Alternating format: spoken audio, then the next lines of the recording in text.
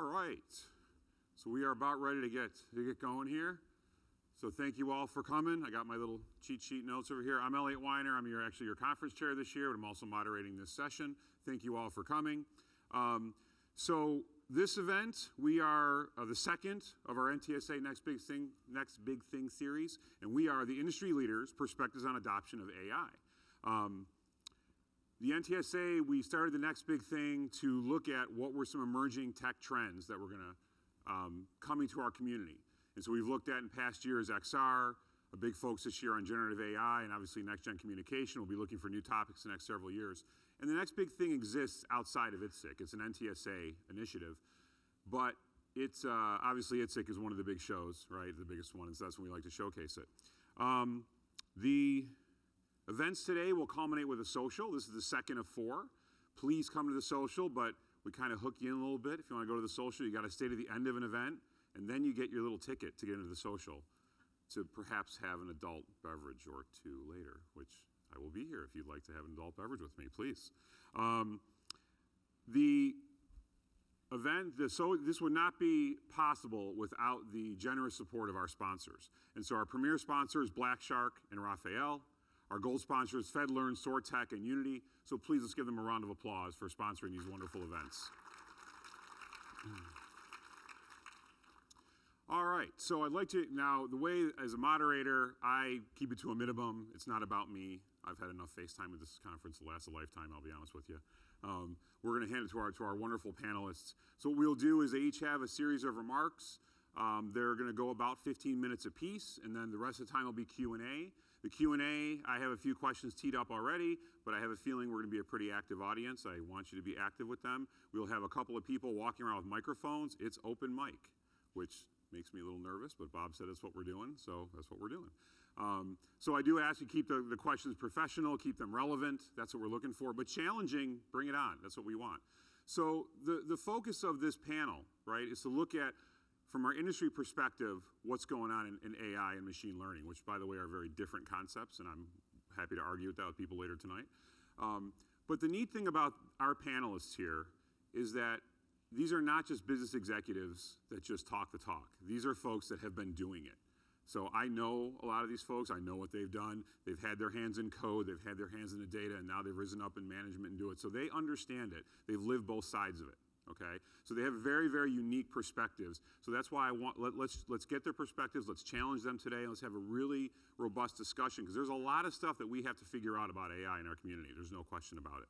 All right, so I want to use my little cheat sheet here, make sure I get it right. Our panelists: Mr. Richard Boyd, Chief Executive Officer of Altisim. Unfortunately, Mr. Bob Petty from NVIDIA is not feeling well. He wanted to be here, he even tried to make it in, and we were like, Bob, he can't do it. So he's last-minute replacement. He's wonderful. Mr. Tim Woodard, Senior Solutions Architect for Professional Visualization from NVIDIA.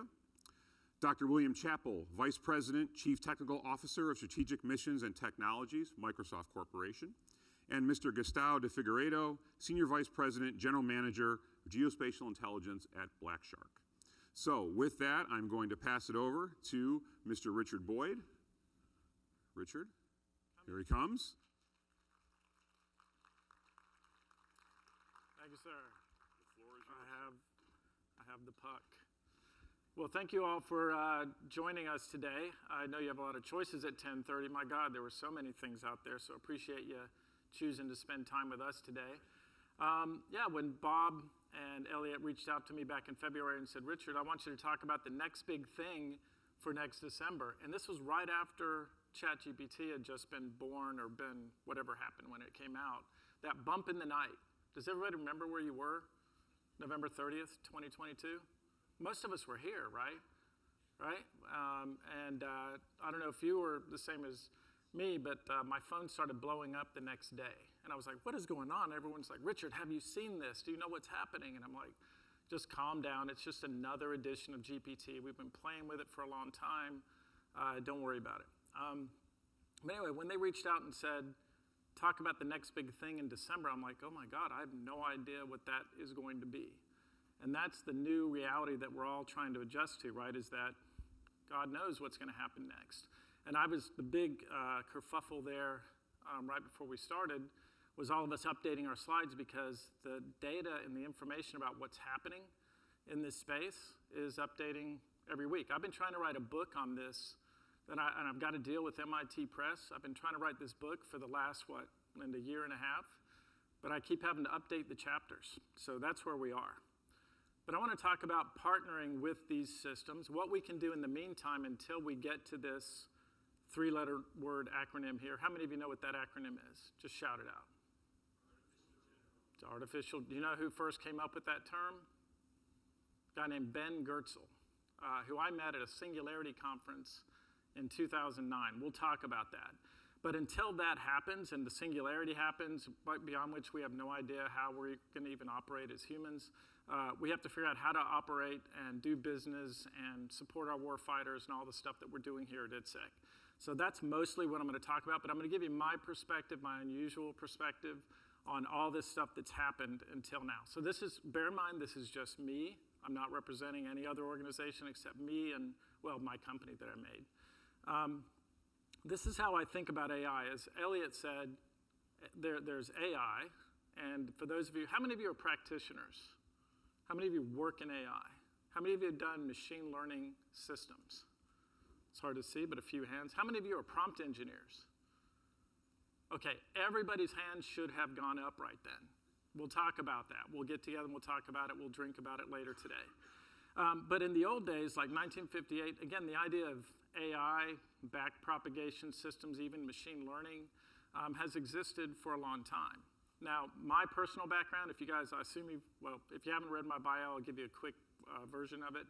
I started in computer gaming, so my colleagues and I in the 90s did Red Storm Entertainment with Tom Clancy. We're my Rainbow Six people, all right? We did game companies with Michael Crichton, with Ozzy Osbourne, with Douglas Adams, a science fiction writer. Did anybody play Starship Titanic? 1997. In that, you could actually talk to characters in the game. It was the very first chatbot where you can actually talk to game characters, 1997 or so. Douglas actually called it Spooky Talk because it was so freaky to him, but it only had a dictionary of maybe 1,000 words. Very, very big precursor. But back then, AI was important in computer gaming. So we used something called A-Star. Any A-Star people? You guys know what that is? Just pathfinding, things like that for our non-player characters. We had behavior trees for those characters. And actually, the joke was AI is anything that isn't working yet. The minute that code starts working, what is it? It's just code, right? That was artificial intelligence all the way up until 2009. Now, I'm going to tell you why I think 2009 was the first bump in the night. Most of you didn't register it. In fact, I know most of you didn't, and I'll tell you why in a minute. Then in 2009, at least, everything changed for me. Lockheed Martin had bought my company. I was running a group there called Virtual World Labs. We found out that every time you do a patent disclosure, you get a check. So we were inventing things in VR, AR, AI at the time. And that's where I found out about machine learning, 2009, and I'll tell you that story. Then I say after that bump in the night last year, it's not, I guess the birthday is going to be tomorrow as everybody's celebrating. That's when prompt engineering became a thing. But I'm going to also tell you about what's happening next. Do any of you see that little Q up there? Raise your hand if you know what that's about. Oh, some of you do. I want to talk to you. I want to talk to whoever because I'm still trying to figure it out. All right. So here's the story of how I got started. So I was at Lockheed Martin. I was working with all these cool toys. We got invited out to Microsoft Research Labs in San Francisco to help on this project called Project Natal. Anybody recognize this? Microsoft Connect. Did you guys have that? So here's what's cool. So that's me with Alex Kipman, who was the inventor of that system, and Jaron Lanier, the guy who came up with the term virtual reality. You guys should recognize him. And this is where I learned about this, what I call the new button on the calculator, this new scientific method. So I was there to help them with the sensors. Should it be structured light? Should it be time of flight? Pretty much figured out they had that nailed down. But what they were doing that really astonished us, myself and my colleague David Smith, is they were trying to teach this system what a living room was. Now that sounds pretty simple to us, but computationally in 2009, it was still difficult. We were still struggling with autonomous vehicles and things like that, right? But they were using this machine learning system at Microsoft. It took 224,000 hours of CPU time to teach this system the difference between a table and a chair and a cat and a dog and a plant and a lamp. and recognize a human and let the human use its, let us use our body as the input device.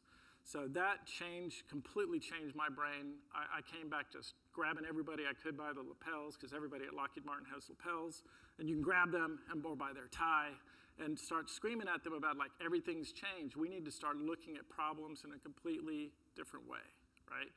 So luckily right after that, this guy named Arnie Duncan, Secretary of Education, came over to Lockheed Martin. This is my first big machine learning project. And he said, hey, we want to do digital transformation, right? How many of you are doing digital transformation or have done it? Everybody, right? So they were looking at, we have all this stuff in the Library of Congress, everything in the Smithsonian. We've scanned all this stuff in, Grecian urns, 3D objects, scanning in all the documents. And then experts were tagging it with hashtags, saying this is this thing, right? And they're like, this is going to take forever. Humans cannot do this. We standalone human beings who haven't had an upgrade since, check my math here, the Pleistocene. Anyone? Anyway, we haven't had an upgrade in a long time. We're too slow. We're too dumb. We have 200 hertz synapses. But what we built is using our new machine learning powers is a system that would learn from all of the stuff that had already been tagged, could look at new things, and then auto-tag it. All right, so we've just built an auto-tagging system using our burgeoning sort of machine learning powers at that time. Then the next big thing we did is we figured out that, remember ontologies? So we had to figure out, like, how do you categorize human knowledge? And we worked on with a whole bunch of really smart people at Lockheed Martin trying to figure that out. And then finally, somebody who was a librarian, had a librarian background, walked in and said, oh, I can help you with that. There's 999 of those. It's called the Dewey Decimal System. So we just made this feature vector space with 999 sort of topic vectors. And so what it would do is look at everything, like if it read, War and Peace by Tolstoy, a human would just say Russian novel, love story, it's about war, Tolstoy, and probably stop, right? And that makes that thing discoverable. What our system would do is map it with up to 999 weighted conceptual nodes. And that's part of the power and secret behind these large language models you're seeing and everything else that comes after. And I'll just say, like, I don't even know if this program's around anymore, but we had a lot of fun, like, working on that project. But that holographic fingerprint is part of the secret. Today, our system has like 5,000 of those weighted nodes. So I'm going to give you a couple of quick thesis statements so we can argue about, as Elliot said, or violently agree about later. But this is what's driving my career right now, or has for the last 9 years. So I left Lockheed in 2014, and I created a machine learning company and said, let's go. And of course, I was running around grabbing people by the lapels, and everyone was looking at me like I'm crazy, which I've become accustomed to. I was going to Cisco. I was doing workshops at Cisco, Cigna, Lenovo. These are big companies, right? Fortune 50, and saying, you need a machine learning strategy. And I was selling them these $15,000 workshops saying, here's what machine learning is, doing some of the stuff I'm telling you guys. You guys all get this for free or almost free, whatever you paid to get into Itsec. But I was doing these workshops, and I remember talking to the CIO of Lenovo saying, I'm genuinely concerned about you. It's 2015. You don't have a machine learning strategy. And he's looking at his people around him going like, who is this guy? What is he talking about? Now, here we are in 2023. If you don't have a machine learning strategy now, you are what? Fill in the blank with your own expletive. All right, so I've written a lot about this stuff. And also, if you guys been to Mod Sim World, how many of you go to Mod Sim World? So that's one of the things Bob and I agreed on is, I said, look, stuff's moving so fast. Let's do a series of these next big thing talks. So at Mod Sim World this last year, I gave sort of an update on what I think is happening with generative AI, how it's changing, how government needs to think about it. And then I also did a talk at TSIS back in July. Were any of you there at TSIS? I'll repeat some of that here today, but I'm genuinely concerned about how government buys this stuff and implements it. Because I'm going to talk more to my PEO Strive friends here. Getting authority to operate of a machine learning system on a government network is a difficult thing. And I know I won an $800 million contract, one of the biggest AI contracts out there with a company called NCI and Google and Dell. We're still trying to get authority to operate of our machine learning system on GSA networks. Why? Does anybody know why? Well, I can give you source code to my system, but it is not transparent to inquiry. I can't see how it's arriving at its conclusion. There's no ML debugger. think about that for a second. We'll revisit that. But this is my other big thesis. I say that the last century, and I've been doing this for 12 years at Mod Sim World, and it's all coming together, and hopefully by the end of this talk, you'll see that we're getting there. The thesis is the last century was about the moving image. The first time in human history when we could look at current events like the Vietnam War, Tiananmen Square, or what's going on in Israel by reviewing video footage of it and talking about it. Marshall McLuhan would say that this medium we're using is changing our brain, right? And changing our society. So there's a lot more about this in the simulation century. A lot of concerns about jobs. I'll just give you my sort of thumbnail sketch on that. We've been dealing with this for a long time, 300 years ago or whatever. Back in 1800, 90% of us worked in agriculture. In 1900, it was 41%. Today, it's 2%. Today, there's more app developers and prompt engineers than there are farmers in the United States. So we've had 200 years to adjust. The difference now is you got about 2 years, right? Not to freak you out, but no, you should be freaked out because of this. How many of you know what the technological singularity is? So Werner Vinge first talked about this. Ray Kurzweil famously talked about it. I just mentioned to you that I've been going to singularity conferences and talking to people like Ben Goertzel. I just tried to reach out to him yesterday to say, Ben, tell me what's happening. And he has not gotten back to me yet. But it's this point at which technology that we've built, that humans have built, has exceeded human capabilities. So, Ray has this curve. I've been tracking it ever since he wrote the book in 2001. Right now, that little blue arrow, I don't know if you can see that, that's 2023. And that says that in 2023, $1,000 should buy more compute power than the human brain. Now, he's just looking at compute, though, in this.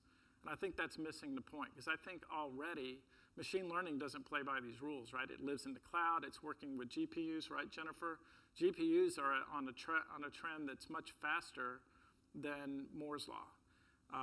And we're already there, I believe. Now, Turing test, Leibniz Prize, do you guys know what those are?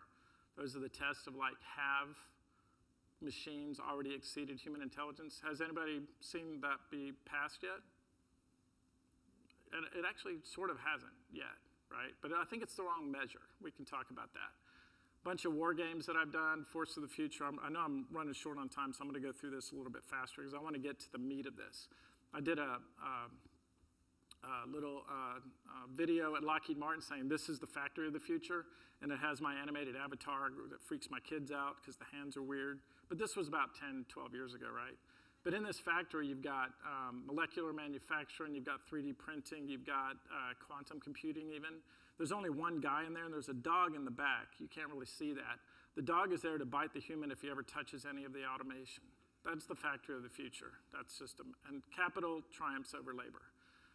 So I have a bunch of case studies here. Maybe we can get to these later. But one of the first things I did is built a system that read every legal opinion in U.S. history. That's kind of fun thing you can do with machine learning. And then can provide judgment about that for the law. I don't think we need lawyers anymore. I mean, not the same way anyway. They should be working together with these systems. Thank you. I have a really good lawyer story I'll tell you. Same thing in 2017 in the accounting industry. There were new rules that came out around revenue recognition and lease recognition. And I was in Atlanta speaking at Audit U. And I built a system for a company called Cherry Beckert, or my guys did, that could audit a business, basically look at every single transaction, render its opinion, and write the SAS 115 letter. That was 2017. And what I was doing is building systems that are inside the firewall of companies like, is anybody from RTI here? Research Triangle International? I can't see. But I built a system for them called Cortex, which helps them write proposals and actually condenses all of the organizational knowledge of that business. This is actually the output of the Force of the Future exercise that I did there. I don't know if you saw that picture earlier. We were trying to figure out what's the future look like in this age of AI and machine learning. And we actually figured out that we're going to have, and I was there with Alan Kay, with the CTO of Google Earth. We were on the red team, right? And we said, within 10 years, we're going to have, we only need about 20% of the personnel, but we'll have 20 times the strike capacity. How do you, in HR, sort of train and build a workforce around that? Silver tsunami is the other big thing. I'm running out of time, so I can't tell all these stories, but silver tsunami, how do you replace workers or organizational knowledge of people that have special skills in your business? Machine learning is going to be really good at that. But I usually tell this story about my dad died in 2017. I've got a model of him that lives on the net. I've done a bunch of speaking around South America around that. But I fed in everything about him. Even in 2017, I could go visit him and talk to him, right? So that's kind of a big deal. These are the kinds of things, and I know ECS has something like this downstairs. One of the benevolent things you can do with machine learning is use it to do soft skills training, so you can actually talk deeply to characters. You can learn history. You can learn the Pythagorean theorem from Pythagoras. That's some of the things we're doing in my company in K through 12 education. So until the singularity happens, there's all these beautiful things we'll be able to do in the meantime. Here's my government guidance. Take a picture of it. We can talk more about it later. But again, I said there's no ML debugger. We've already seen model collapse in systems that are self-contained that don't have outside input. Model collapse is a deeper subject that we'll have to dig into. It takes more than my 15 minutes to talk about it. Also, these systems we've built right now cannot exceed their database. But let's talk about QStar. I'm going to try to get to this real quick. And by the way, if you want to learn more about everything I just talked about, you can scan this QR code. Turn down the sound on your phone. There might be music on this. But it's a little whiteboard video that explains, because what I'm doing right now is I'm helping beer distributor companies, metal fabricators, cardboard manufacturing. I'm doing helping all these underserved industries get ready for AI automation. So I'm doing those workshops I was doing for Cisco and Lenovo, but then actually helping them build systems. But first, they've got to do these leaps between get your data together, get it mapped and organized. Then you can make that last leap to intelligence, which is data that's been organized and is ready to be perform some function on it that allows you to act on it. All right, here's the money shot. I'm not a graphic artist, so I just sketched this out briefly after looking at the stuff over the last couple of days. Everybody's focused on these large language models. Everybody's focused on GPT. And we who've been working at this for a while said, that's really cool stuff, but that isn't where we're headed. That is not the depth of what our capacity should be. And especially as warfighters and as a country who's in some level of conflict and competition with some big organizations like China and Russia countries, right? That are near peer adversaries. Think about it like this. I've talked about, I hope I did, knowledge graphs, the old AI, state machines, behavior trees, all that stuff, robotic process automation. I view that as the left side of the brain. The right side of the brain is the large language models. What's missing? It's this world that we're in right here, right? If I also have, and I'm going to tie you all the way back to what I did with Microsoft Connect, the thing that freaked me out about the Connect, and I unplugged it all the time at home, is that I understood what it was doing, because I was inside the tent watching them build this. It can see, it can hear, and it can process. If that doesn't freak you out a little bit, but think about if you're a kid, if you're a baby, a small animal, and you're trying to learn about the world, you've got sensory input from the world, you're processing it, and you're making stored knowledge graphs about the world, and then you're learning how to interact with it through your large language model, your other tools and artifacts, right? And that is how we're going to get to AGI, right? So a data-driven, sensor-fed, digital twin of the world, map with these other two things, and that's where I see QStar is heading. Q learning, which is, and again, super intelligence is going to be these systems that have multi-stage reasoning and can interact with the world. That's where everything's going to get dramatically different, and I think we've got about 2 years. Who's freaked out? All right, good. All right, done my job. All right, but we'll argue about it later. I'm looking forward to the Q&A, and should be a good discussion. Thank you all for coming.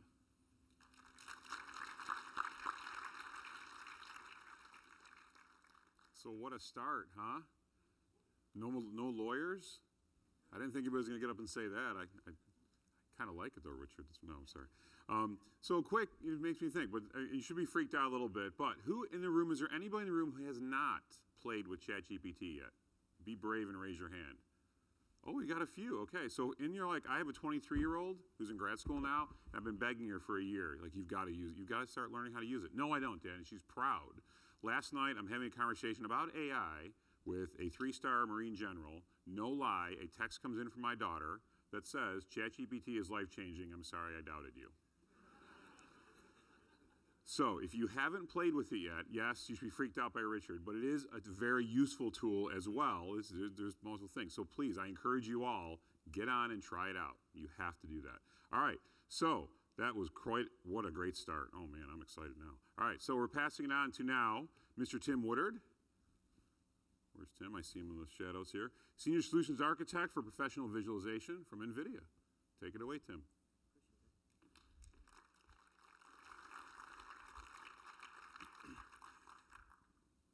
Cool. Let's see. So I'm Tim Woodard, or at least an incredible facsimile, and I come to you from the future, right? So amazing things happening in the world of AI, and it's, as Richard just pointed out, like we're moving so quickly. I think this slide kind of demonstrates how we've seen these multiple technology advancements, and then they kind of taper off.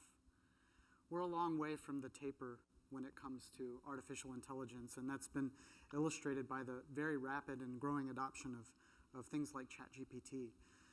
I think about the things that have happened just in my lifetime. I've been coming to Itsec now. This is my 27th consecutive Itsec. I started when I had a lot more hair, and I'm going to be, like, I didn't have a child when I started. I'm going to have a grandchild this year. It's pretty nutty. But in that time, things have occurred that I did not think would have happened in my lifetime, in my career. And we're going to talk about a few of those things, particularly when it comes to computer graphics. So I don't know if many of you know this, but the G in GPU stands for graphics. But there are a lot of other use cases we've discovered, things like large language models, ChatGPT. So modern AI. This is one of the things that we've really been focused on at NVIDIA, are these challenges that go beyond what can be accomplished in a single computer with a single GPU. Many of these challenges that we're trying to solve require data center scale. And so this is where you look at things like what we've done with ChatGPT, and that took tens of thousands of GPUs to train that model. So just to put it in perspective, these are problems that can't be addressed, on a small scale. We need massive amounts of computing power, and well, that's what we do at NVIDIA. You probably have heard now for a while that Moore's law has been dead, right? Have you heard? Anybody heard that? CPUs, they're amazing, but they don't get you don't get double the performance every 18 months like you used to. That's not been the case for quite some time now. With GPUs, because of their massive capability for parallelizing workloads, we're seeing more like a 10x improvement over each generation. Every couple years, you can see these massive improvements, and the reason that is that we put in the chip, we use what's called domain-specific architecture. So as we learn where the bottlenecks are, where the limits are, with things like training large language models, we'll dedicate a part of the chip to accelerate those functions. And now you have this massively programmable parallel system that enables these massive models. But again, to train something like ChatGPT, you need much more than a single GPU. You need tens of thousands of them. So we spend a lot of time focusing on the software side of this. So maybe a lot of you think of NVIDIA as a hardware manufacturer. We design a chip. But in fact, the bulk of our engineers are focused on software development. I'm a software developer. We have something like 4,000 different software libraries for accelerating different workloads that can be integrated into applications and build things like ChatGPT. So, here you are. You want to make a generative AI model. So Gen AI, just to describe that real briefly. If you think of kind of the taxonomy of AI, you have machine learning is pretty broad, and then deep learning is kind of a subset of that. Gen AI is about learning the patterns from the data that you have and then making predictions, generating new output, and ChatGPT is a perfect example of that. In order to build a model like that, it starts with like massive amounts of data, obviously. So, the internet was scraped to train ChatGPT. Now, for our industry, you're going to be looking at data sets that are much more specific to your use cases and applications. And I think this is where it's really important that each of our organizations, we have to have a data strategy. How are you collecting the data that can be used to train the model? Because really, that data now becomes your code, effectively. If you're going to train an AI, you've got to start with data. And then you need some expertise. To build these models requires significant engineering skill. And so, we work to provide a lot of training in that environment. So I highly recommend you check out our GPU Technology Conference. We hold it every year and help to build the practice of AI. And then supercomputing. So obviously we build massive supercomputers like the ones used to train ChatGPT. One of the areas that we focus on as well is building these foundational models. So, you're not going to necessarily use ChatGPT as is for a real world, mission critical operational kind of use case. You're going to need to take a generic foundational model, maybe that's been pre-trained, but customize it for your particular use case. And one of the really interesting areas in the development of AI lately, this has kind of come along really since ChatGPT was released, is this idea called RAG, which is the worst acronym ever. Nobody wants a RAG in the system, but RAG is retrieval augmented generation. And so the idea here is that you're not just reliant on your general purpose model to answer questions. There's a database of facts that are relevant to your use case.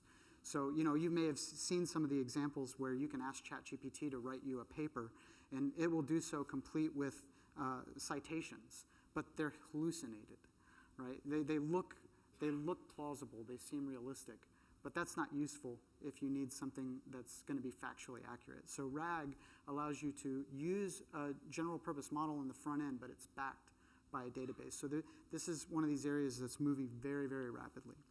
So RAG, this allows you to massively improve the performance of your model from an accuracy perspective. And there are a few examples that were listed up here that we're looking at with some of our partners on how to apply these techniques.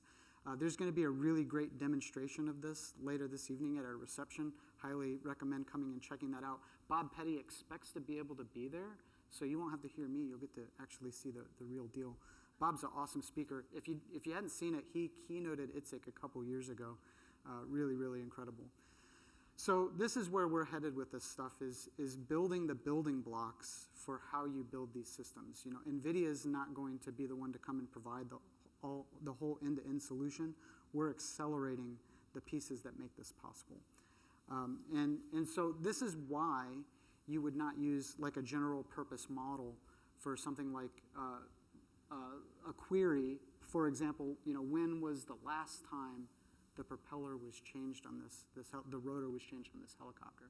Well, your general purpose model can't answer that question. It might be able to hallucinate an answer, but you need accuracy. So this is where using RAG allows you to have a model that's providing responses that are factually true. So here's an example. Actually, can we get audio on this? Is that possible? If not, I can explain what's happening here. Oh, here we go. 2022 Cadillac XT5. I got out the spare, but it doesn't seem to fit on the front axle. Can you help me? The original spare tire and wheel does not fit onto the front axle if equipped with the performance brake package. If there is a flat tire on the front axle, a tire or wheel from the rear axle must be used to make the repair. Where can I find that information in the manual? On page 358.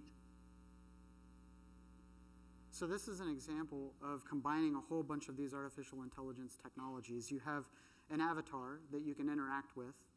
You can ask it questions, and in this case, she's asking about a GM vehicle, and she's asking a question about changing the front tire. She caught a flat, is what it said at the beginning when the volume was low. She caught a flat. She wants to change the tire. Now, you could ask a generic model to answer that question, but are you going to be able to trust the result? In this case, this large language model is backed by the database that has all the information from the user manual, and it was able to come back with an accurate response. Well, in this vehicle, if you want to change the front tire, you've got to move the tire from the front to the back and then put it. Crazy, crazy situation. Don't get the performance brake package on that particular car. That'd be a nightmare. So for us, we see a lot of these concepts kind of merging together. And I know, like, the term metaverse has been way overloaded and gets thrown around a lot. For us, we're particularly interested in these industrial metaverse applications. And this is where my love for computer graphics comes in. When you look to the future with how AI is developing, one of the things that we see is that everything in the future that's going to move is going to be autonomous.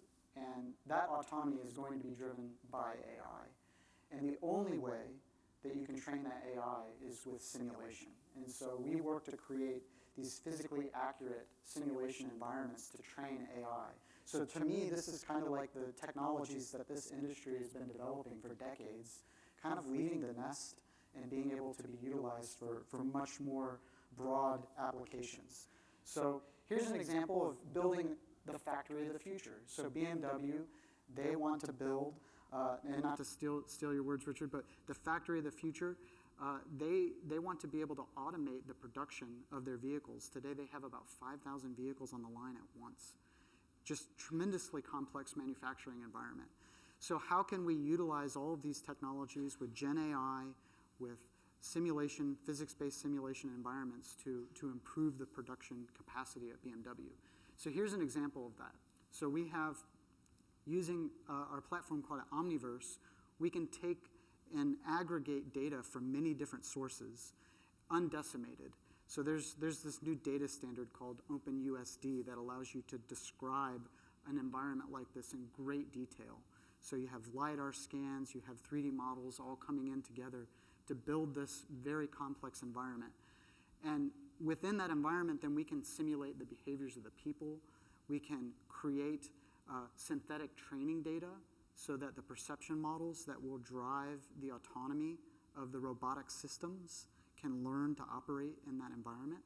I don't know why the video stopped. Let's see if we can we go back a slide? Is that possible? See if the video keeps playing. It's okay, we're moving on. That's it. So we can go into much more detail on this example later. Another really interesting area in the AI space is 3D reconstruction. And this is kind of the holy grail, I feel. What we've needed and wanted for a long time is the ability to go into an area, capture with a drone or some sort of imagery, and do a 3D reconstruction so that you could be doing mission planning or mission rehearsal in a much more rapid amount of time. So we've been working on things like instant NGP or NERFs, and this is an example of some of that in action, where we can take a scan of an environment and then do very high fidelity 3D reconstruction in a GPU accelerated manner. And I think this has a lot of potential for this industry in particular. I know, like, the goal has always been, as I've heard it, a 72-hour window from capture to visualization. In reality, it tends to take closer to 72 weeks. So what if you could, go into an area, capture this data, and then use AI to 3D reconstruct that environment, complete with material properties, and then be able to utilize that for lots of different things. So whether it be for training humans, preparing humans, or training autonomous systems that are going to have to operate in that space. These are things that AI are enabling. Again, things I never would have expected would have happened in my lifetime. Really pretty incredible. And then a lot of this that you're seeing here is driven by a technology called ray tracing. Who here knows about ray tracing? It's not a new idea. It's been around since really the idea from the 60s, late 60s. With ray tracing, the idea is to simulate how light and energy will bounce around in an environment and ultimately make it back to the eye. And I think about, like, in this room, we have lots of different light sources. We have lots of different material properties. And if we're going to train autonomous systems to operate in a real-world environment, they need to learn how to perceive that environment. So if you're going to use simulation, it needs to be physically based. And so that's where ray tracing comes in. So we use this internally in our drive sim production, which is building a simulation environment to train autonomous vehicles. If you want to have level 5 autonomy where there's no steering wheel in this vehicle, that car needs to have driven billions of miles to be confident that it's going to do what you want. So we use these synthetic environments generated with AI to both train and validate these systems in a hardware-in-the-loop manner. So this is an example of all of this in action. So this vehicle can drive around, this is the actual footage, with a 360 camera, collect the imagery of the environment, and then we can use things like NERF to reconstruct that environment in 3 dimensions. Bring that into a tool like Omniverse, and then make alterations in that environment to build new scenarios, new test cases for how this vehicle is going to perform. So here you can see we're building a library of 3D assets, and then we can manipulate them, move them around. It's like, well, what if there was oncoming traffic coming at a different point in time? How would the car have behaved in that scenario? Or a kid jumping out in front of the car with chasing his ball. So we need all of those kinds of variations in the environment. This is something we call structured domain randomization. So you have basically a corpus of the kinds of things you expect to vary in the world, maybe weather conditions, position and orientation of objects, color, speed of the vehicles moving around, and we just generate thousands and thousands of these scenarios in a data center. And so in parallel, this vehicle is learning to drive in every condition.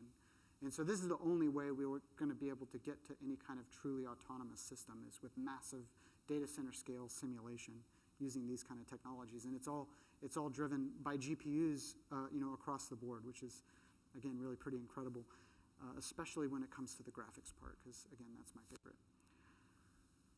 So that's me. Thank you so much. Appreciate it. Looking forward to talking.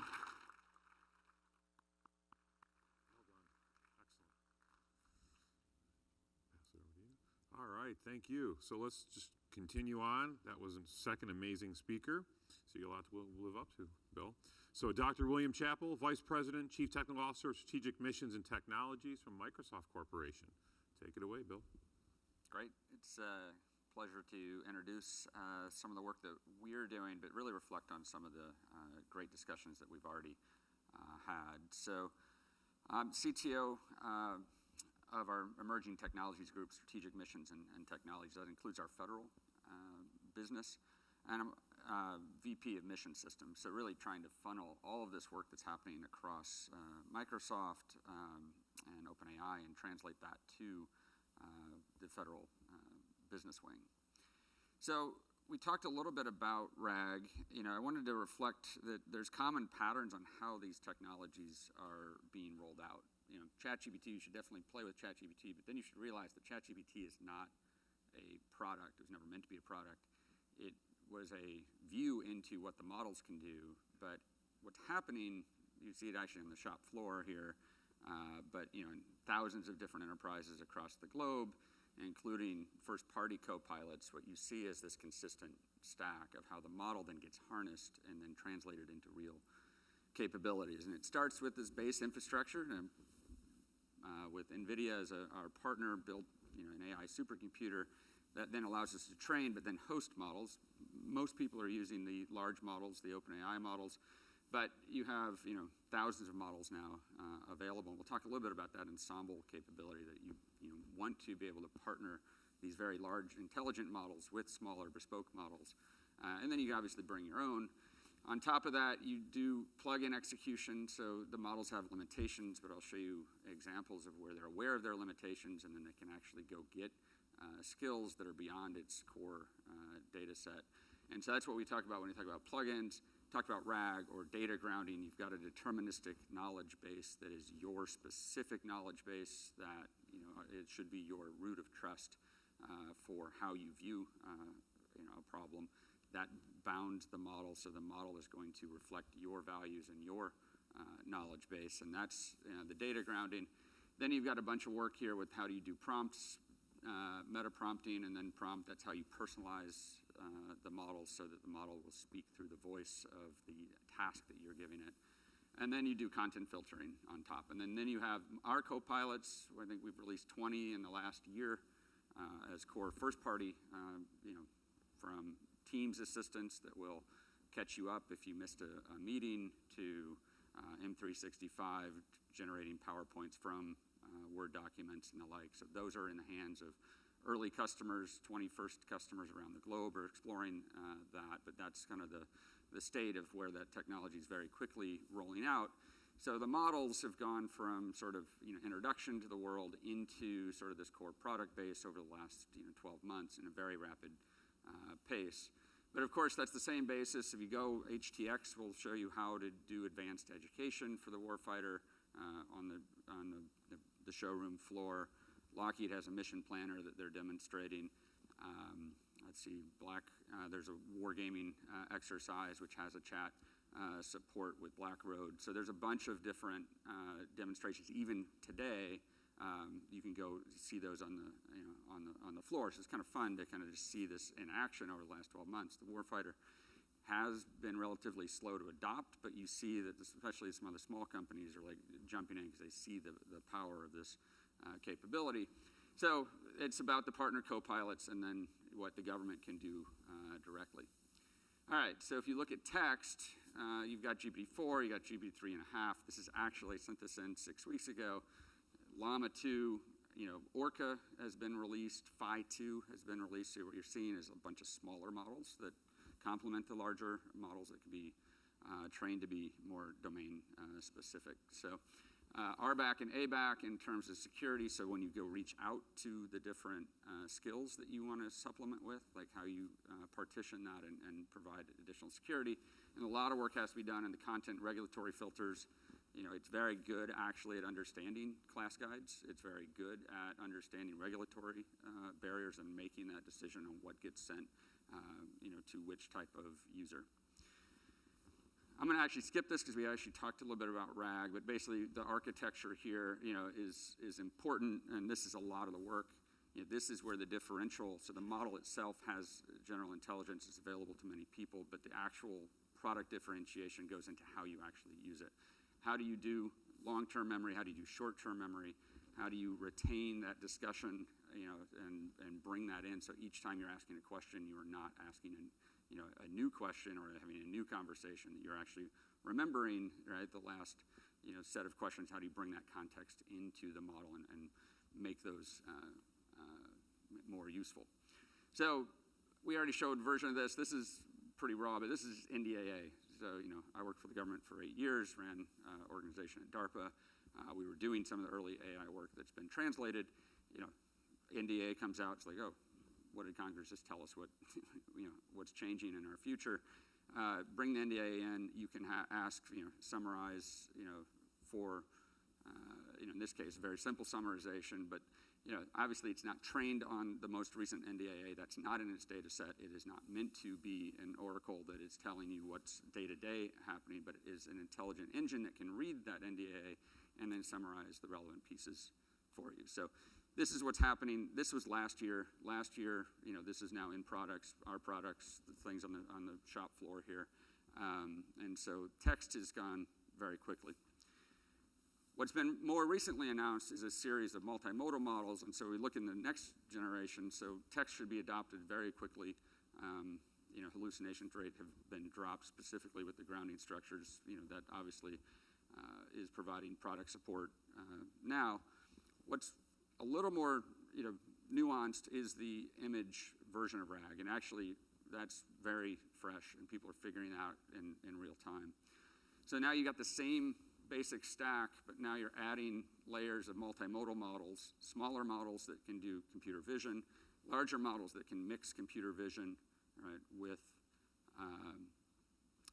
an understanding of the world. And so GPT-4V was announced, and that's the most recent, but there's a bunch of different versions of this that are kind of starting to float around, and it does change your stack. Now you've got video intelligence, you've got image queuing, and ensemble answering that need to be added to that stack so that you can make sense of not just the written word, but now the visual world as well. So I'll walk through what that looks like. So let's talk about some of the models. This is Cosmos 2, and what's interesting here is this is not trained on any specific data. This is pre-trained, right? And so it's got a general knowledge of things. So if you give this is coming out of MSR, actually very small model. This would operate on the edge. This is Cosmos 2, and you give it, this stock footage of Marines. This is a group of Marines. You say, what's going on here? So it does the labeling, figures out what's relevant in this image. It's a group of Marines in a desert setting with a large explosion taking place in the background, blah, blah, blah, right? So its ability to actually see and interpret, right, without, it's not a bespoke custom vision model that looks for one thing. It looks in the aggregate and then tells the overall scene. That's the smaller model. That would work on the edge. This is the Florence model, which is a much larger vision model tied to a much larger grounding base or a text base. Now, with an understanding of the world, you can actually understand where to look, right? And so you can see here it's doing dense captioning, cheetah sitting on a hill. You saw the car pull in. It now says, oh, there's now a car. I need to reset my bounding boxes. And in this case, you actually see as the person brings up the binoculars, it's able to focus and say, okay, that's interesting, as well. So it's not about just, is that a car model?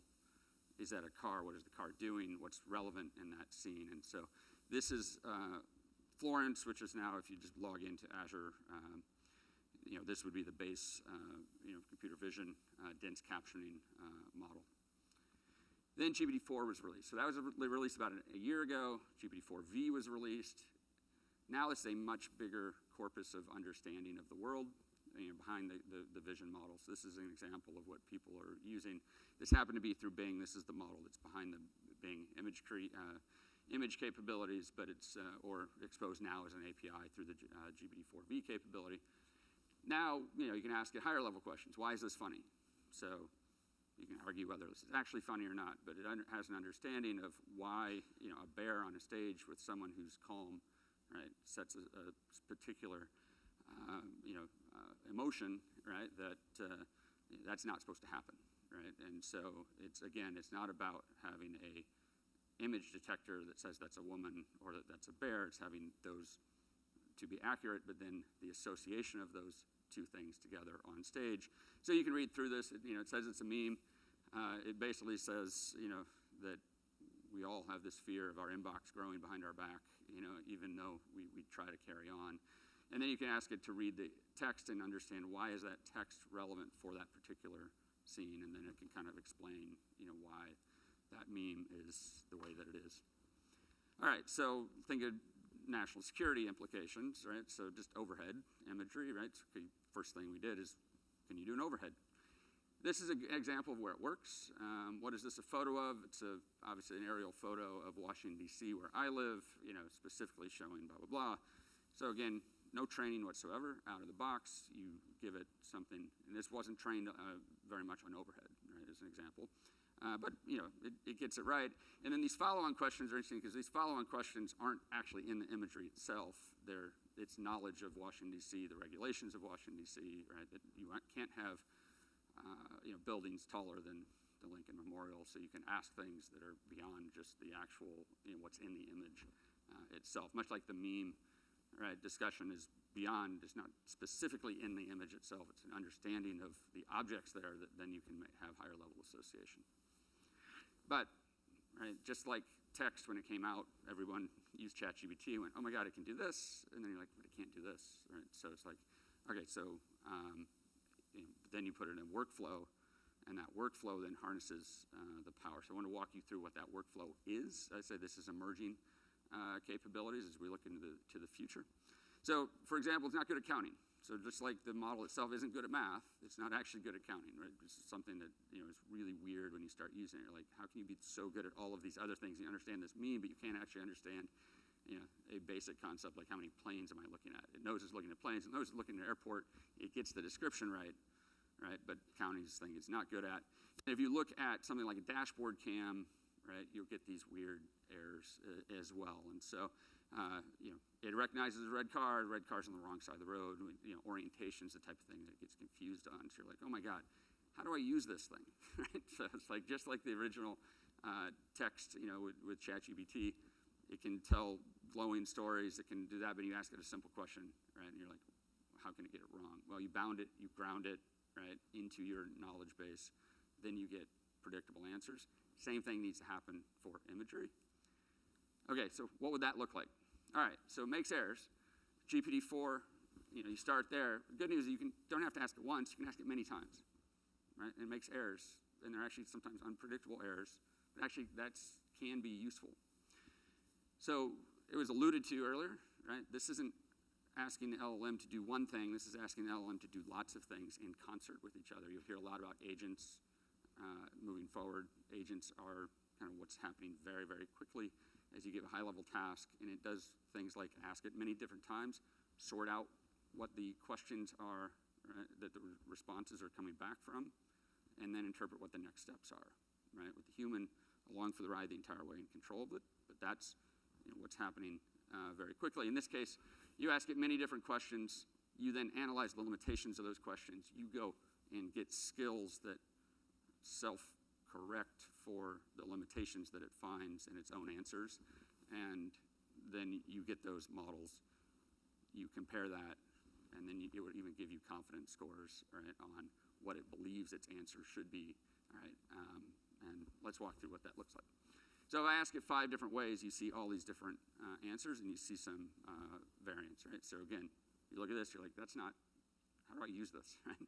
So, but then you ask GPT-4 to read these answers and tell me where the inconsistencies are based on, right? And what would solve those, right? And so in this case, orientation is an issue, depth is an issue, and it can make that call, right? And say, okay, this is where we think we're having trouble. So then we go get a depth map. We go get car segmentation. We have smaller bespoke models, right? NVIDIA showed some great examples of small models that you can use, and now you can complement the large model with the small model, bring those small models in, and then literally, in this case, we're just shoving all 3 of these as a series into the model. So it gets closer. Now you do some bounding boxes, and now you got 3 different responses. All of those are factually correct. I'm highlighting one where it's ambiguous. It's not wrong, right? But it's an ambiguous statement that it's making. You go a little bit further. Based on that entire chain of events, what are you confident in? What are you making a stronger conclusion on than what the actual facts are? In fact, the 40% confidence is time of day. You would actually, if you go back, you'll notice that it actually has the sun off the screen, right? So exactly where that sun is, right? That's a conjecture that it's making, but it can tell you. So through the agents, right, or through the multiple ensembles of answers that you get, you can now present this to the human with the confidence, right? And the human needs to make the call, right? This is not about replacing the human function. It's enhancing the human function. They can look at that image, say, what are you seeing in the image, right? How do you bring that to a analyst or any human that's looking at the image with the confidence score, say, this is how I would describe that scene, this is what's relevant, and have the human then take it from there. Okay, so that is imagery. That's happening very quickly. This is being put into products today because of these advanced workflows. I would not use that workflow I just showed. I just wanted to kind of show you an example of how you can give a high-level task, how it can do the self-realization of where the errors are and how those corrections can be made. This is an example of now being applied to video. GPT-4V was never meant to do video. It does static imagery. But you now pair these with models. On the right, you see a skeletal extraction model. These are pretty standard. This would operate at the edge, for example. You then send that with relevant frames. You can understand what the humans are doing based on what's in the right. You send those relevant frames to GPT-4, and through that snapshot of a series of important events, it can tell you the overall scene. And so this is ability to watch video. It can now watch commercials, explain what's in those commercials, and so new sources of learning are being created quickly. Where is this, sort of adjacent to where the military might want to use it? So this is an example of just video analytics. This is battle damage assessment for an insurance or for car rental. In this case, you're seeing just a video, what we all do. We walk around our car, you take a look, you would take videos of the relevant things that look out of place. So you just take this video, you can now shove that into the model. The combination of Florence, which is doing the extraction of the relevant scenes, sent to GPT-4, right? Then it can, in essence, what I'll show you is that it can create the insurance report, right, for that car. And so it takes a little time here. The last slide, so we're almost done. You basically prompt it, say you're an insurance adjuster, you're looking at this car. It knows that that's a Toyota Camry or what year it is. It, through that, it kind of has an assessment of the value of the car. It actually knows that it looked at the odometer. Because of the odometer, it knows what the depreciation of value is, and so eventually, right, it is doing a lot of work behind the scenes here. It's actually looking at that video and pulling it apart. But eventually, what you'll see is it does a framework of an adjustment report, right, that does a lot of the details, right? What is the license plate? It recognizes that it saw a license plate, pulls those numbers out, then gives you, this report. It does give you an estimated repair. It's a pretty wide range. That's where you would present that to the human. The adjuster still owns and has to, do the final assessment, but it can pull those frames out both for the human, the ones that it's sent to GPT-4V to be able to, do the stitching together of what that overall scene is. You pull that out for the human and say, here's your battle damage assessment, or here's your insurance report. Now you get to, go through it, make sure that you own it, right? Again, it's a co-pilot, not an autopilot. It's something that enhances, gets a lot of the administrivia out of the way so you can focus on the important part, right, which is doing the assessment of criticality and how you would actually do that repair. So, videos happening, actually, since I submitted this 6 weeks ago, like, this has changed a lot, right? Many different models have been created, and so you're gonna see video both being created and analyzed very quickly in the next couple of months.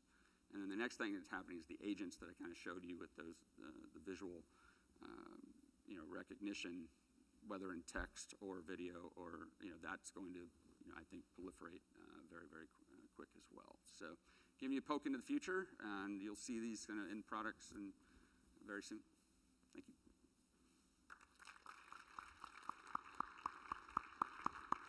That's good. Great job. All right. And our final speaker, Mr. Gustavo de Figueiredo, Senior Vice President, General Manager of Geospatial Intelligence at Black Shark. And then following Gustavo's comments, I'm going to have all the speakers come up on stage, and we'll take some questions from the audience. All right. Good morning, everybody. I have the challenging task of filling in after this great group of speakers. A little bit about Black Shark. You probably heard about us. We are on the floor here, and we're the company that created a digital twin of the whole planet. You see that on Microsoft's Flight Simulator 2020, the game. But how we did it is we applied AI. We applied AI to satellite imagery, we extract information, we crunch that data, and then we generate a 3D replica of the world.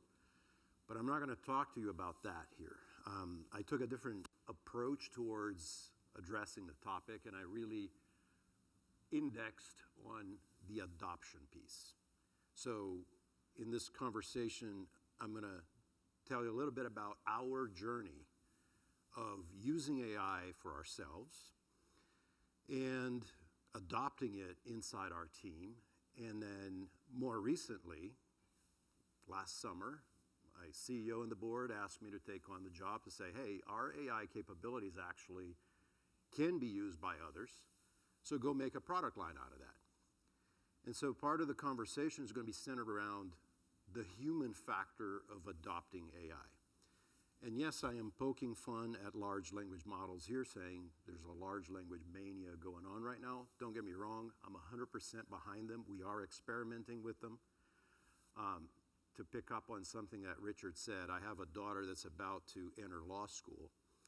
And I tell her, look, The lawyers that are going to be displaced are the ones that don't know how to harness the tool to become 10, 100x more productive than those that are just head in the sand, it's okay, human ingenuity will prevail. I am, in that sense, an accelerationist that I believe AI is going to make our lives better, but we also need to learn how we leverage it as a tool, right? And so just to start engaging by, the demographics in the room, I have a 50-50 chance that this is going to land, so I'm going to attempt some cross-generational humor here. Some people got it, some people didn't. All right, for those of you who are not familiar with the image on the left, that's HAL 9000, 2001, A Space Odyssey, Stanley Kubrick movie. This is the all-seeing, all-knowing computer on board a spaceship that interacts with humans. And there's a famous scene in which Dave Bowman asks Hal to open the bay doors, and Al decides, no, you're not going anywhere, Dave, right? This generated a lot of the fear of, oh my gosh, if AI decides to rebel against us, we're toast, right? And so, but what's at the bottom of this is AI as a tool for ambient computing, for a better way for us as humans to interact with systems, for us to get what we need out of machines in an easier way. We're getting there, right? We had this vision with a glimpse of it with HAL 9000. Could argue good or bad, but we're getting there with everything that you've seen earlier today and the stuff that Bill and the other speakers showed you about all the progress in models, right? I want to take the conversation in the direction of, in the history of systems, right, there's always been a high priesthood that has emerged, right? In the early days of punch cards, well, they're the people that sat behind the glass doors in the data center, and so if you're just the guy that wants to process payroll, you had to talk to someone about what the payroll system needed to do, and there was a sort of chain of events to actually get payroll to run and spit out paychecks to people, right? And then with the advent of the personal computer, well, the use of the actual payroll software changed. As a user, I could actually run my own payroll, but someone had to go create that application for me. And so you could argue that in each and every era, there was a distinction and a separation. And by the way, I don't have the fancy curves that that you saw before, but the idea here, and I skipped several generations of technology here on purpose, but just to summarize the big paradigms, like, processing is concentrated behind a glass door, processing is in everyone's hands, processing is now networked, right? But in any one of these generations, we as a user, or anyone as a user, and I am guilty as charged of having been a member of some of these priesthoods from time to time, right, had to go and create something and try to understand what the user wanted, come up with a definition, put something out there. You can argue agile, waterfall, this and that. The classic question, the system is perfect. The problem is the user. They didn't read the manual. Anyways, we get to the last point of that curve, and that is, an AI model, right? So, wow, how do we deal with this? How do we now argue with someone that has trained the AI model, and the model does some of what we want, not everything, some things are correct. And so the perspective here is, even in AI, even in some of these models that are being brought, whether in support of the warfighter or as a better way to process payroll, there's still a gap. Our point of view is we, as a small company, had to train lots and lots and lots of models to detect things on global-sized data. So, yes, we did run the whole planet every 72 hours to extract every building on the planet, and so we had to do it with a certain degree of not just scalability and speed, which, by the way, came from Azure, but also with the ability to have some degree of confidence of what was going on in there so that we could represent that data correctly. But even in our small company, there was a gap between the people that are building the 3D model, the people that were training the AI algorithm, right? And so you have a subject matter person, and our team was someone that was a deep expert in GIS. They understand what a building looks like. What are the characteristics of a building? What differentiates a building in suburban Washington from a building in Southeast Asia, right? Then there were people who are absolute experts, PhDs in AI ML, that had to understand those constraints and say, how do I now train a model to map to those constraints? There's label data. Great, we now produce this engine, and we got someone that's going to use this at the end of the day. Does it meet requirements, right? Our experience has been that this gap is significant, even on a small company. Now imagine this gap on bringing a capability that, let's say, the person using the end product is in a battlefield, is getting shot at, right? That person was not involved in any of the early definition, et cetera, et cetera. And so we kind of took a different spin. And so to solve the problem, we thought, well, what if we eliminate the middle, right? And what we're really talking about is this is old humor, and everybody that's been in systems development has seen this once or twice in their lifetimes, right? What we're trying to do is basically get to the third picture and skip the middleman, right? And to do that with AI, and this is the complex piece, right? It's not a trivial development thing that you can teach anyone just about how to do it. So we thought long and hard about the problem and said, well, let's pick an area. One of the areas that we picked was, how do you recognize objects on the surface of the planet? Starting from the most basic object that we wanted to recognize, buildings, and then vegetation, and then roads. Okay, so now how do you generalize that to recognize any kind of object on the surface of the planet? And the aha moment came from the fact that, well, look, picture's worth 1,000 words. There's a lot of data that we're looking at. We have to rely on the fact that you have humans that can understand things a lot better and have the human explain this in a very simple way to an algorithm that does not involve the classical label data, right? And so bringing this into, I'm going to use ISR as an example of applying this capability into something that's tangible to the warfighter, right? And so the classic problem of ISR is you got a lot of data, you got a lot of imagery to look at.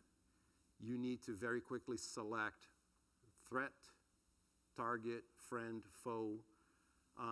And the traditional method, imagine now that there is someone that sits as an intelligence analyst that understands the difference between, you know, a Type 5X destroyer in the PLA Navy, or, you know, there's a Type 5-1, a 5-1D, and a 5-1F, and so on, and the person that actually has to create the AI algorithm to identify those things, right?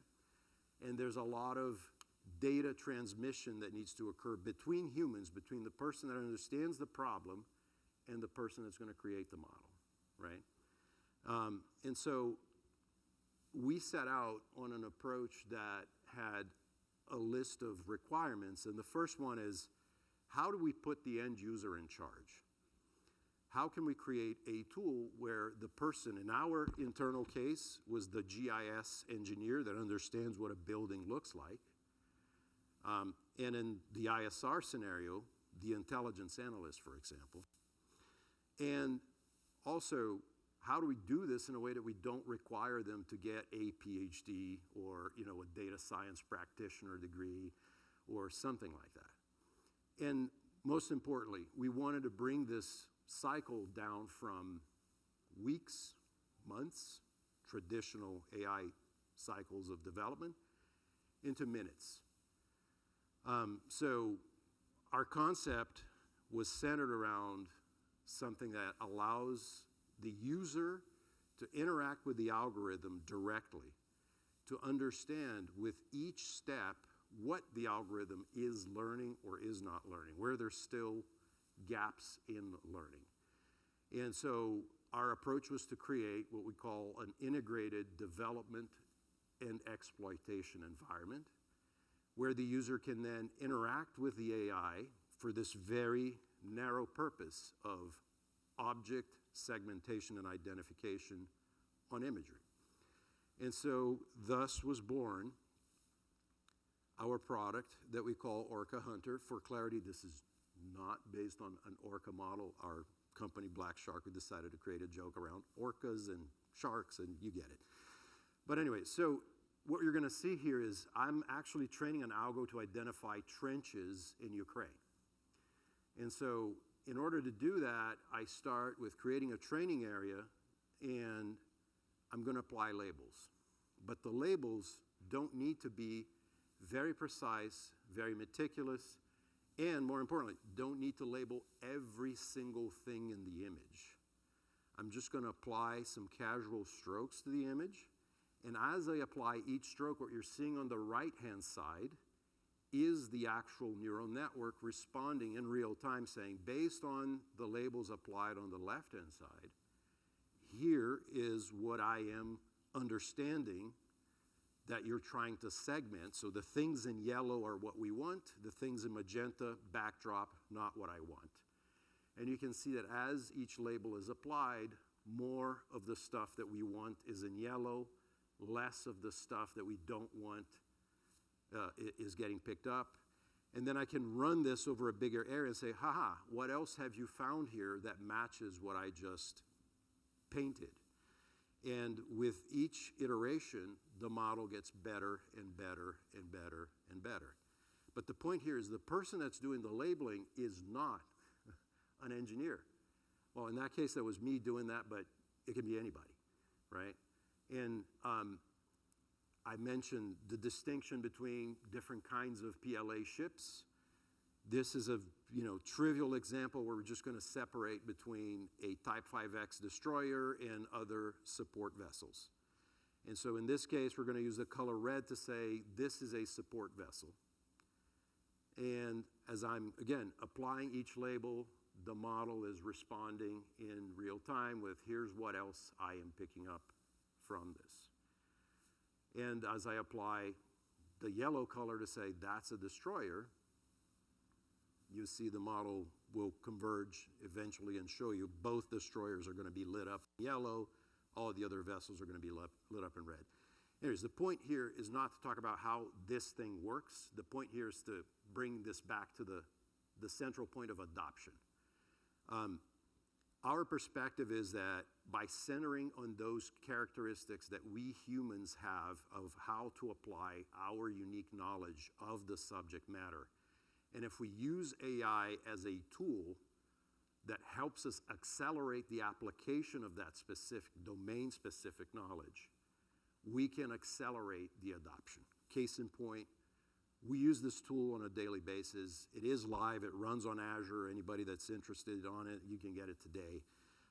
It is actually deployed in support of active combat operations. So there are intelligence people right now in another part of the world using this to find stuff that goes boom. And it went live the day after the event that caused this to happen and people to need this. So the next day, it was live in the hands of the intelligence unit that's using it right now.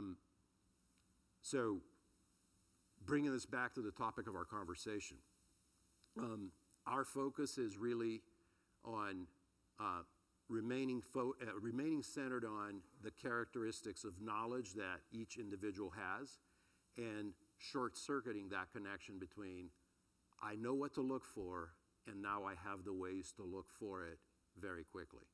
So that is our point in accelerating adoption. So with that, thank you very much. It's been an honor. You can stay. So now I ask all our speakers, come on up on stage if you would. And we should have, hard to see, I should have some folks running around with microphones. I see them coming right now. So while they're getting set, I'm going to ask the first question. I have a question for you. So I've worked in this field for a very, very long time. I'm not a fan of neural networks. I wasn't for many years. Now I'm becoming more of a fan of it. The thing that I wanted to do is extrapolate. I wanted to predict stuff that it's not trained on. And you know, we always kind of go about this 20% range, right? Once you get down beyond 20%, it kind of the error starts to really diverge. So where are we in that? What are comments on that? When can it start predicting things that we haven't done yet, not just interpolating data that it has? What are comments on that? You know, so the tool that we would use to try to do something that isn't in the training data necessarily or isn't in the database is this thing that we've all been buzzing about this week, but it's Q-learning. And Q-learning is a model-free machine learning system where it can actually look at future states and try to use a form of reinforcement learning to achieve that state. Whatever you think, you do need to know what the state is. So, but it's also very expensive computationally. But that's not a problem anymore with all this great NVIDIA stuff we have. But it is computationally because it looks at all of the variables and has to compute it all. So doing it in real time is difficult. We have to use separate compute servers to do it. And that's why we're all kind of trying to figure out what Q-star is. Is it really just a combination of Q-learning and A-star or what? But this next stage of being able to look at new options is really interesting. Now, one thing that's really great about machine learning that we've used it for is we call it the new scientific method. So a great thing you can do with machine learning tools is say, hey, here's a whole bunch of raw data. Come up with every hypothesis about that data you think might be useful. And it'll find a whole bunch of stuff that's really not useful at all. But then the human interacts with it and says, that looks interesting, that's compelling, and have it iterate on that. That is a really useful way to try to achieve what you're talking about, like looking at, what do they call it, NORA, right? The non-obvious relationship analysis. I see Bill chomping at the bit. I think we're there. Like, you know, so when just using, you know, DALL-E 3 or any of those variants, when I can create a picture of a giraffe swinging a baseball bat hitting, you know, a peanut butter sandwich, that isn't, you know, those bits and pieces are in the training set, but that image, right, in the style of DALL-E, right, is not in its training set. So once you start associating lots of these bits and pieces together, right, you get an end state that is well beyond anything that's, you know, directly in the training set. So I think that's an active debate as to what it really means. And that's not a prediction, but it's definitely outside of, like, you know, the specifics of the training set. We totally agree.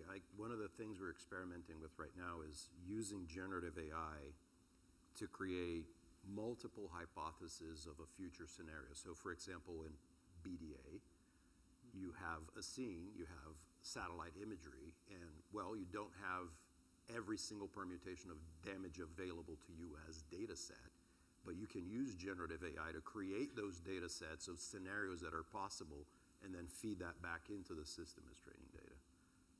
And I would just add, again, synthetic data generation is a huge area that can be used to build models that you may not even have data for. I would suggest that a great DALL-E query is to ask it to make a picture of a cat playing the saxophone in the subway in a noir style, and it does a really good job. So we have a question for you. So given AI's potential for combat operations, which I think we all can agree on, are any of your companies looking at AI attack, AI jailbreaking, removing the adversary's use of reliable AI in a deliberate way, and how susceptible state of today agents are to these types of attacks that are ultimately about corrupting the reliability of the agent that is in use? Thanks. Maybe to be bold, like much larger than any nation state is. So, you know, we have $1 trillion market cap gain since GPT-4 was created. It's existential to the future of our company. We have thousands of people working on the security and, you know, foundation of the models. I think that's something I'm not sure people have really understand, that there's a much larger financial interest to drive a lot of those, and that's they're definitely not untouched issues. So I'll just give you a perspective from about 12 years ago. About 12 years ago, we caught high-frequency trading systems trading with each other in the future, and this is all documented. I've talked about it at previous things. So that shows that we've entered. That was one of those signals to me that we've entered a new age, right? So this sort of issue of how do we combat other people who might be near peers who have similar systems, the only way to do it is to make sure you've got similar systems that can combat with them, because they're having conversations at the speed of light. Again, being a standalone human being is insufficient. I hope you've all gotten that message already. Augmenting with these kinds of systems, and especially in the field of battle, network-centric battlefields, is critical that we do it correctly. But also, if you think you've been compromised and you've lost your AI capability, we talked about this at the Pentagon at OSD, and you think the adversary still has it, you should abandon the field, unless you want a charge of the light brigade kind of scenario. And I will say, I do think creating new models, which I think is the balance. I do use existing models that have thousands of people working on the security and whatnot, or do you try to create bespoke? Always a question within the military, but when you create something new, you don't have that scale, right? So we, for example, sponsor DEF CON events where we have thousands of people attacking these models, and this goes into the correction. So when you create something, you don't have that history. And I think what I got out of a lot of the talks is there is this base which you can build on very quickly, right? I think Black Shark's examples are great. Right? And what I showed, none of that is done by more than 2 people, right? Because the base is firm and is being built sort of at scale. And so the question is, how do you build on that large base, as opposed to, or do you want to go sort of do it yourself? And I think the security is one very specific reasons why you want to build on the firm base and then be fast followers or very advanced users, right? Which is where I see this tension, right, of I want to build my own thing. I understand that tension. That's the impetus. It's going to be more secure. It's more trustworthy. A bunch of words get thrown out. Most of it's snake oil. You want to build on top of what's being vetted by the rest of the globe, so you can then empower people to do things like what Gustav showed, right, which is very quickly be able to deploy. The advances in machine learning went from a computer science issue to a user issue. And that happened over the last 12 months. And the computer science world's still hey, but what about us? It's no, but the actual people who are breaking new ground are like what you saw, right? Which it's great from a military perspective. It's the mission user that needs their hand on it. That's going to break new ground, because you can do a ton right at the end state, and that needs to be driving your decisions, right? More than, right, a 6-month, 6-year cycle, which is historically what the second wave of AI was all about. The third wave of AI is an empowerment for the end user. The second wave was a data curation, slow cycle of AI development. So I see we're at time. Bob, we okay to go till 12:10? No? Yeah, I know we're pulling everybody back from their food, but the fact I don't see anybody getting up, I mean, if you need to, and I see a couple people, but why don't we take a couple more questions? So, Charles, go ahead. Charles Cohen with Cybernet.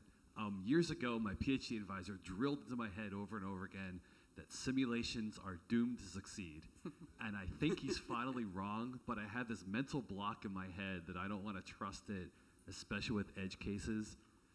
Can you address that and help me get past this so I can live my life happily again? I feel like simulation is the solution to edge cases, right? Without simulation, it's very difficult to collect data to train an AI for something that's a rare event. So this is exactly what we're using simulation for, is to cover those gaps in missing data. So I've written an article about this. That's I forgot the magazine actually. I think it's Icon Outlook or something. Where's Linda? But the title of it was, I believe the highest moral purpose of these technologies we're wielding is exactly what you're talking about, which is let's simulate everything we can, and then not just to predict what futures we think might happen, but also to design towards smarter cities and better outcomes between adversaries, and that sort of thing. So hopefully you can find the article if you Google me and look for it, because it's a lot deeper than that. But I think that is the highest moral purpose of the tech, and really important. Maybe to set your mind at ease, I see it as, from code that gets created where test vectors are generated in parallel, so that you understand that the code's going to work in specific ways. You can generate test vectors that are well beyond what a human would create, right? And so that's why when you log into GitHub today, like, you go from an issue to a plan to scanning your repo to solving that, right, with AI guiding that entire way. It's because the outcome is vetted and verified, right, through that process. Simulation, I believe, is just the next extension, right, of what is already being used, like, at scale across the globe. And 30% of all GitHub check-ins are auto-generated code, right? So that's being done by people who are very serious about how they develop code, because it's actually more accurate, right? Simulation, I think, gives you that same hope that when you're going to start doing autonomy, right, you're going to have that same level of assurance that the outcome is going to be the expected outcome. I would just add that I think the reason that it's now possible is the level of fidelity that's possible with simulation is way beyond where we were even just a number of years ago. So the fact that we can do physically accurate simulations, I think, makes that realistic. Yeah, I agree with everything that's said. I just bring it back to simulation is ultimately defined by the purpose and the outcome that you're trying to achieve, and whether it involves a human or not, right? So at the end of the day, we've come a long way in how to make something so realistic that the human will sweat and be scared because they're facing a near real scenario, right? But ultimately, all of that has to be anchored on what are you trying to prove and disprove? And I think back to the comment, it is a new form of a scientific method. You have to start with a hypothesis, and you have to throw a number of permutations at it and say, here, A, B, and therefore C, and you've got your answer, right?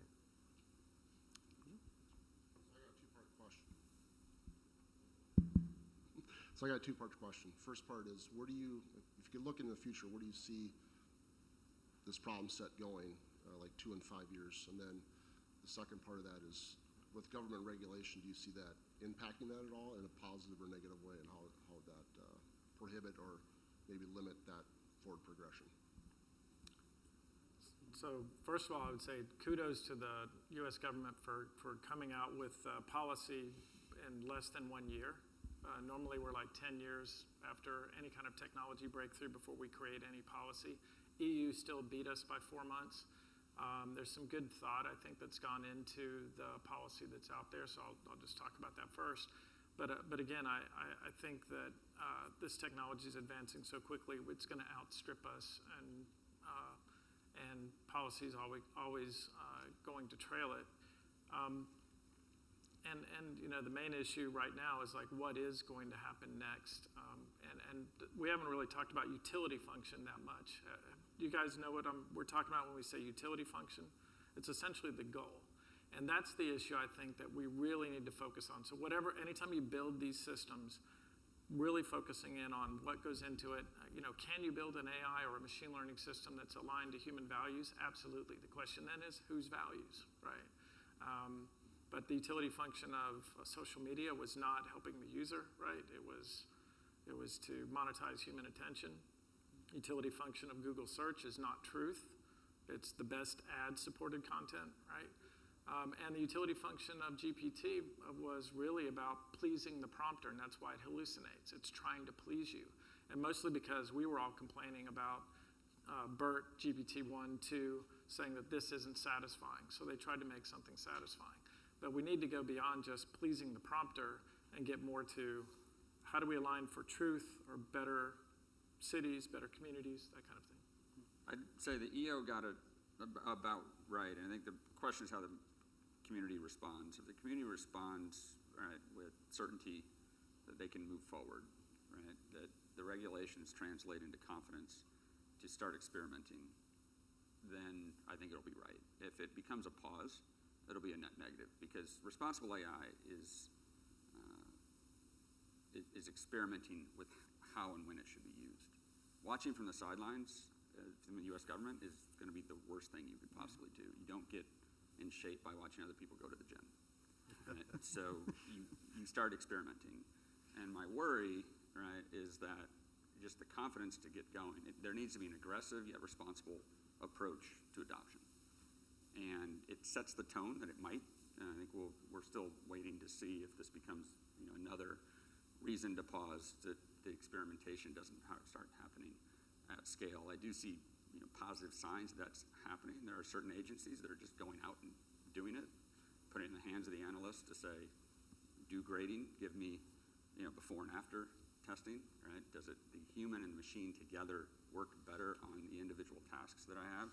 That's what every enterprise that's serious about this is doing, right? Is putting it in the hands of their users. Again, it's about the mission user and their feedback, not the CIO department or the IT staff or even a computer science question. It's not a computer science question anymore, right? It's what does the end user do with it, and how do they understand how to use it, through their lens. Yeah, just on the regulatory aspect, right? I'm going to go out on a limb and say, there's the old saying, a government denies free enterprise supplies. I think we need to be careful that balance stifling versus encouraging innovation. B, we're dealing with a technology that is not necessarily, in and of itself harmful or damaging, but it can become a threat. And so I kind of think about it from the perspective of almost establishing a shared understanding across all layers of society, government, industry of acceptable versus not acceptable, and sort of codifying that into regulation as opposed to, if your model does this thing and it's over this capacity, then you need to get a certificate from the guy in the agency of XYZ, right? And so almost sort of the way we regulate the use of certain technologies, driving a vehicle, and et cetera, not how you actually make the vehicle. And if that's an applicable analogy here. Yeah, that's actually an important topic right now. If you have these autonomous vehicles out on the road, to pull on that thread a little bit, there's no overarching regulation on this stuff. So that's an area that has to be solved. But I'll say it again, the solution there is going to be simulation. So my favorite subject. All right, well, let's thank our panelists, please.